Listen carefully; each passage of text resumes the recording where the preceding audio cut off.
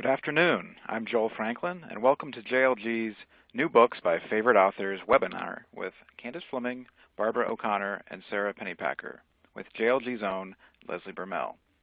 Let's take a moment to introduce our guests, even though I'm sure everyone is familiar with their work. Barbara O'Connor is the author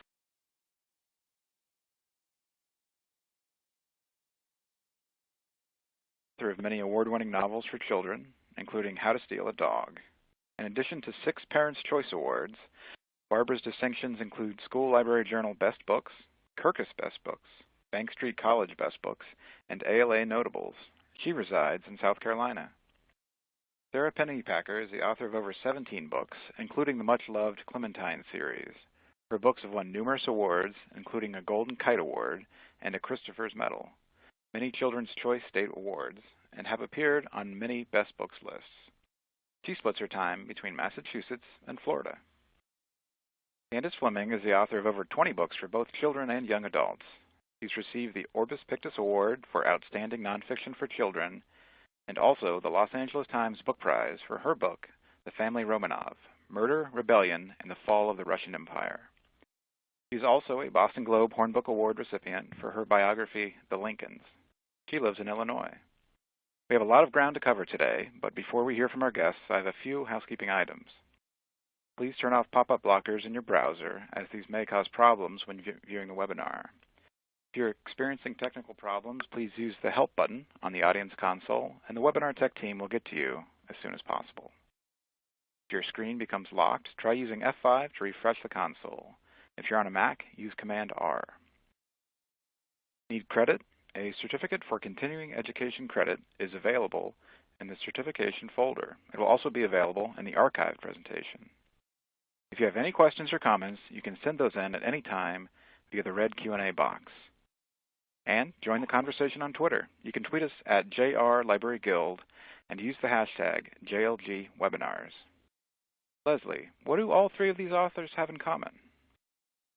Well, Joel, they have a lot in common. I'm sure that they don't even realize it. But let's see. I can think of several things they have in common. They each have won awards for their books. They each have new books this year. And all their new books are Junior Library Guild selections. Woohoo! So, hey, Barbara, you're up first. And I love the fact that you blend in some of your Southern roots in each of your stories. So how does that pertain to Wish? Well, many, many years ago when I was struggling to write, I was struggling to find my writer's voice. And then I read Missing May by Cynthia Ryland. And it was like a light bulb went off for me because she writes with such a strong sense of place, and I loved that. And I thought, that's what I'm going to do. I want to write with a strong sense of place. And it was only natural that I focus on the South, where I grew up, which is my heart's home. So once I started writing about my heart's home, it sort of clicked for me, and that's been my niche ever since. But as for Wish, I had been living in snowy New England, Boston to be exact, and after 26 of those snowy winters, I was ready to come back to my heart's home. I was lucky my husband retired, and we headed back south. I grew up in South Carolina, but we headed to North Carolina, to the beautiful, beautiful Blue Ridge Mountains, and I love those mountains so much. I have a lot of childhood memories there. So I thought, that's going to be the setting of Wish. And it became almost like a character for me, those beautiful mountains. So, of course, I needed a character to put in those mountains. And a couple of years ago, I was teaching a biography writing workshop to 5th graders. I actually started my writing career writing biographies for children. So I was teaching at this workshop, and as part of the workshop, I gave the kids an interview question sheet to take home, and they interviewed one of their parents or a grandparent, and then they brought them back, and I was going to help them write a biography. So when they came back, I said, okay, choose your favorite question and share it with the class. So one boy had interviewed his grandmother, and the question that he chose was, what were some of your favorite activities as a child? And she said, soccer, ballet, and fighting. So I thought, bingo, there's my character. So I have a hot-headed girl named Charlie who struggles with anger issues, and she's the one I plunked down in the Smoky Mountains. Now, the writer Alice Munro refers to things that we see or hear that inspire us to write as starter dough, and I love that. So I call those things my starter dough, that kid interviewing his grandmother. But I also, in the story, Charlie's friend Howard comes up with a word that he's going to use to help her whenever she's struggling with her temper. Well, in my real life, I have a friend who suffers from severe anxiety and panic attacks. And she came to visit me once, and she said, okay, we'll use a code word. The code word will be pineapple. And when I say pineapple, that means we got to get the heck out of here. I'm freaking out.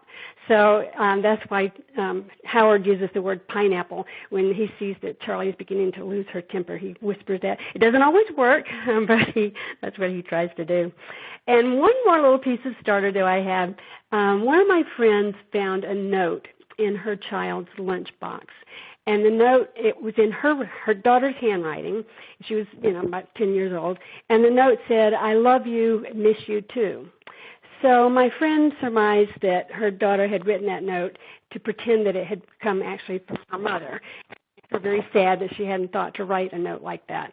So I used that in Wish. There is a scene where Charlie's at vacation Bible school, and one of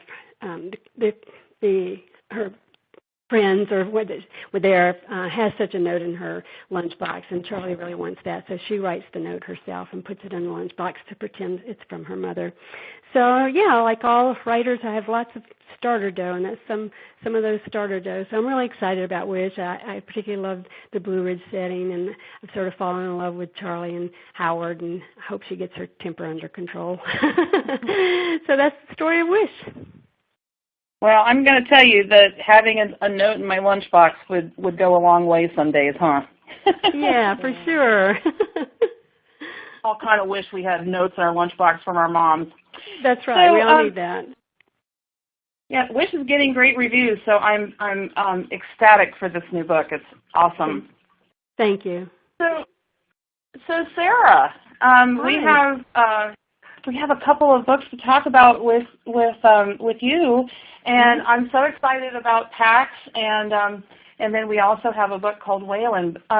I wanted to talk to you a little bit about your inspiration for PAX. So where did that come from? And then the other piece that I want to ask you about is about what's happening in North Dakota right now, and did you see that coming?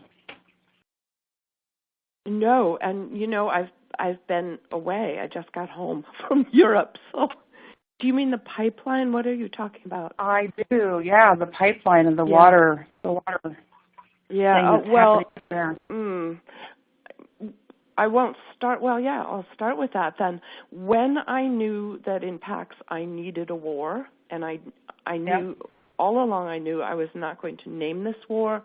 I was not going to place this war because I didn't want the reader to have that sense of comfort that, oh, it's happening somewhere else, or, oh, it's a fantasy, or, I wanted to keep it as present and possible as I could. But I had to have something about it. I had to have the war be about something. And for me, it was not a question. I mean, water is something that people would have to fight either to protect, to preserve, to release. There are many things about water that it's so primitive that we would war over it. And actually at the time California was going through its water crisis, still is. Yep. So that was pretty obvious. But that wasn't the original inspiration for PAX. I'll tell you the quick story. What had happened was I was working on the Clementine books. I was probably halfway through the series, and this big story kept sort of growing in me, or I knew that I wanted to address some of the things that happened to children, or always happened to children, in the insatiable name of war. And at the time, I thought, I just don't have the writer's shoulders. I can't seem to lift a burden like that into a story. I was having real trouble with it. And at the same time, there was another story that I was determined to write, and it was going to be about the amazing bond that children can sometimes form with animals, this radical kind of boundary-denying empathy. And I wasn't getting anywhere with that. And then this one just random sentence by a librarian made me realize I was doing a school visit in Oklahoma, and this librarian just randomly said something to me, and it all clicked. I realized, oh my goodness, these two books I want to write, they're the same book. The book about what happened to kids in war and kids and animal in war has to be the same book about how united children and animals can be. So that was my starter dough, I guess, for PAX. And the one thing I really want to share about it, as I talk just very briefly about it, is because that it was going to be two books in one, that kind of led me to write two narratives in one, and I'm so grateful that I did. I chose a fox, an animal character, and what I learned from doing that was, I think, it will profoundly influencing me as I go on as a writer. What happened was I was always very careful to treat my human characters with respect and kindness and honesty and dignity. You know, I work on that. But I found as I was writing the fox in the beginning that I wasn't doing that. I was kind of manipulating him, using him to tell my story, until it came to me that, no, I really needed to step back and treat the fox with just as much dignity, which caused me to connect up with a red fox expert and to pare the story way down. And it was quite an experience for me to write as a red fox. And in the book, I do that without anthropomorphizing, without any kind of, I try not to be sentimental at all. And that just turned out to be a great gift to me as a writer. So I also do want to tell you, yes, through the magic of publishing, I have a second book out this year. I did not work on them at the same time, but you know how you work on a book and then you have to stop and then you'll work on another, and then there are all these different phases. So anyway, Waylon came out at the same publishing cycle as PAX, but they're very, very different books. What happened was I had finished the Clementine series and had not predicted how devastated I would be. I missed her so much that during the writing of the final scene with Mrs. Rice, which is always one of my favorite scenes with Clementine, where she stomps into Mrs. Rice's office, kind of has to get something worked out. And when I wrote that final scene, I just wept. And then I sent in the manuscript, and I was devastated. I missed her, but I also realized I missed writing about a functional family, a functional school system, and sort of the everyday problems of how to raise and be with children with grace and good humor, and just kind of everyday challenges and making them story-worthy. So the answer for me was to do it again, to write another series, but to keep it in Clementine's world. And I was ready to write a boy after 7 Clementine books. I was ready to write a boy, so I picked a boy from her class who was very different, and yet we're still going to talk about, it's funny, and yet there are challenges. That kind of balance is the same. Waylon's very different in that he's a sciencey kid. He's not the artsy kid, but more alike, I think, than different. The main difference is Waylon is written in he's third person, not first person. That was a very, very big difference.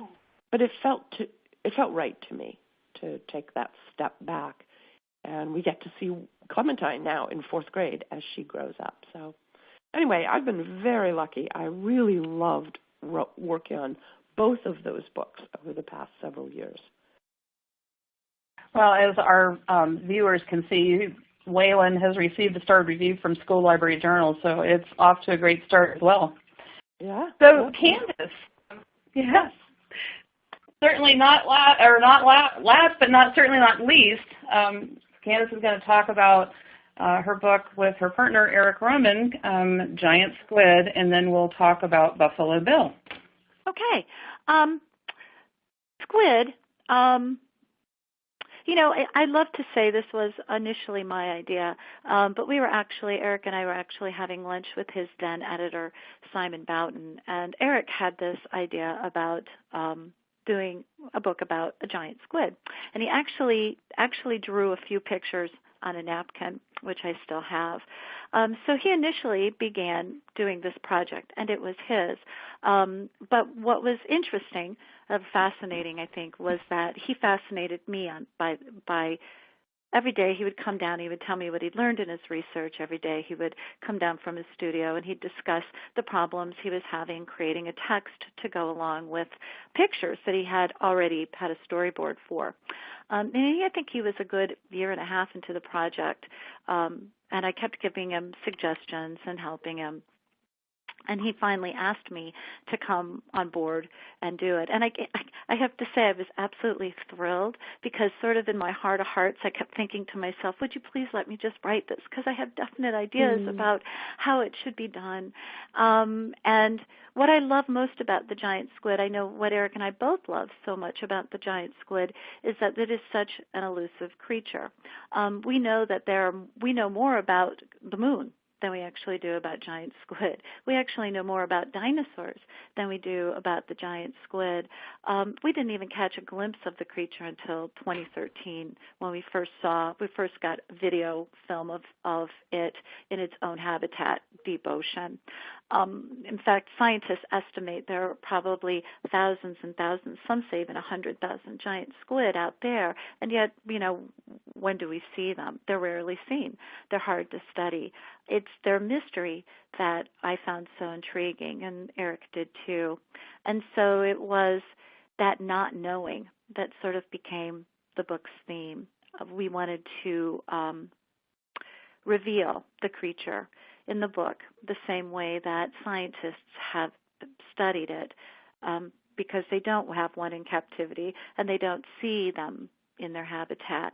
And so scientists are forced to study them with a tentacle here, an eye there, a beak, here, an arm that occasionally washes up, seriously, an eye that will wash up on the beach. Occasionally they'll get a dead squid, but usually by the time they find them, they've been decomposed and eaten. So they only know them bit by bit. And so we wanted to create a book that showed a squid, giant squid, bit by bit, mirroring that scientific process. And so that's exactly what we did. So each double-page spread is about one little part of that squid. It doesn't shy away from the unanswered questions either. We pose a lot of unanswered questions. We ask about we actually ask, how does it hunt? How does it breed? We don't know. And I think that's really great for readers to know that we don't know. I think a lot of times you have a science picture book and it's here's your litany of facts about this incredible creature. But it's different. Our book is different in the fact that we don't have a lot of facts. So I can tell you what we know, but there's more that we don't know. I also think that among the many mysteries, there's, it's a mysterious book and it's beautiful oil paintings, but there's also a lot of surprises. And I think the biggest surprise, at least visually, is this breathtaking gatefold that allows the reader to actually catch their glimpse of the squid almost as briefly as scientists have. You sort of open it at the end and go, there it is, and then you close it and, the squid is gone. What was really wonderful what? I was just going to share that when I talk about that 4-page spread that shows you the squid, I always make a mention of the fact that it's not to scale. Definitely not to scale. Definitely not. Yeah, it's a little guy. It's amazing. Yeah, it is an amazing. It's like it's. I think it's an unbelievably cinematic book.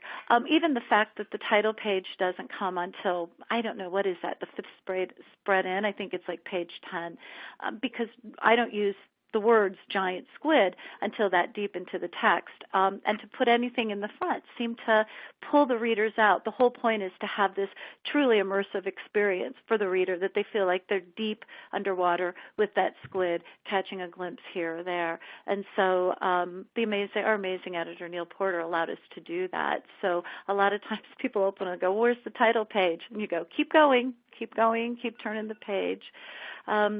So, yeah, and we had the lovely experience of working with Edie Witter as well, who did all the vetting for that book. And she is the scientist who caught that original video in 2013, baited the giant squid in.